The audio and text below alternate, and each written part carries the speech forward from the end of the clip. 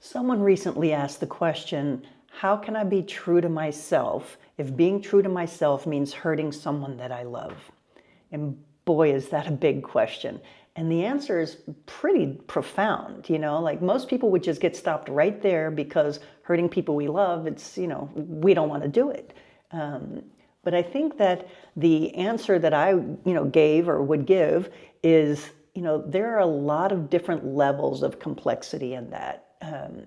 And again, I'm not a therapist, but the level of questioning that you do to find your deepest, truest, authentic self helps you to get to the decisions that are best for you. So what I offer is, questions to ask yourself while you're going through the process. And I think that the first one that I would ask is the thing that you want to do that might hurt someone you love, is it something that you're truly committed to? Or is it something that just feels like a relief, like a way out from something that a situation you don't want to be in, and you're going to get out of it by doing that. And it brings to mind a friend who was having trouble with her husband, and, the answer she came up with was divorce.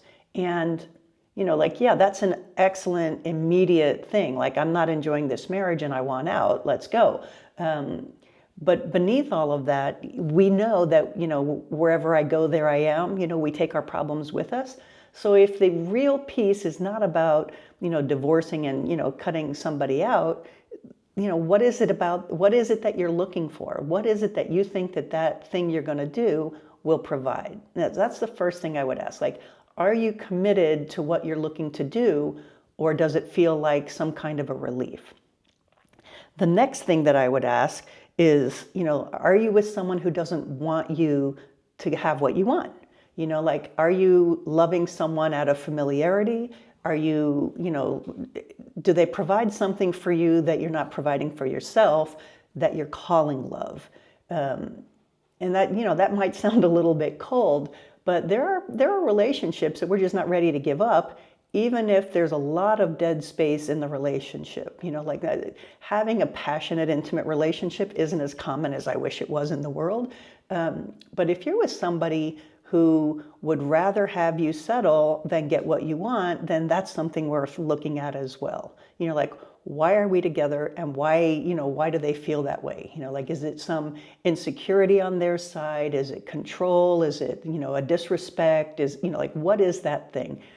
Because if we're with somebody who doesn't want us to get what we want, the things that go between people in any relationship, it's mutual, so it's like, I can't respect you without respecting myself. Respect is a two-way street. If I'm, honoring you, if I'm, pitying you, if I'm, making excuses for you, like those kinds of things, like they go both ways. I'm making excuses for you, but I'm also making excuses for me. So those things go both ways. Another thing that I would ask is, have you clearly communicated what's important to you?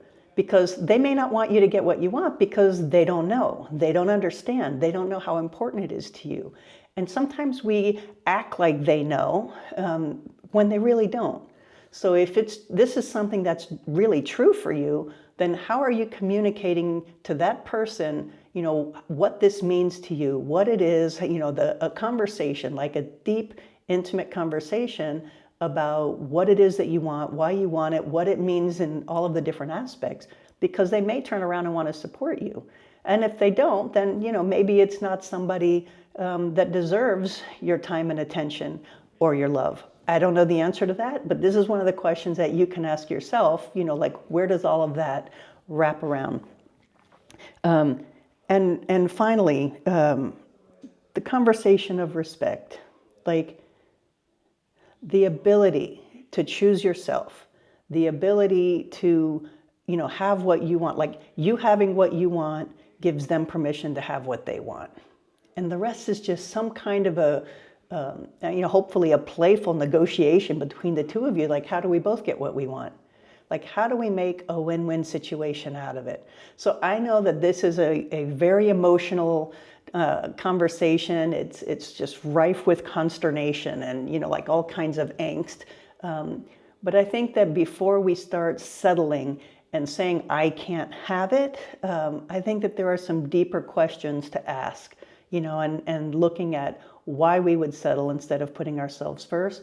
Why would we be in that position? Because ultimately it comes down to communication and commitment. So I hope that this provides some kind of a starting point if you're in the position to really deal with that kind of stuff.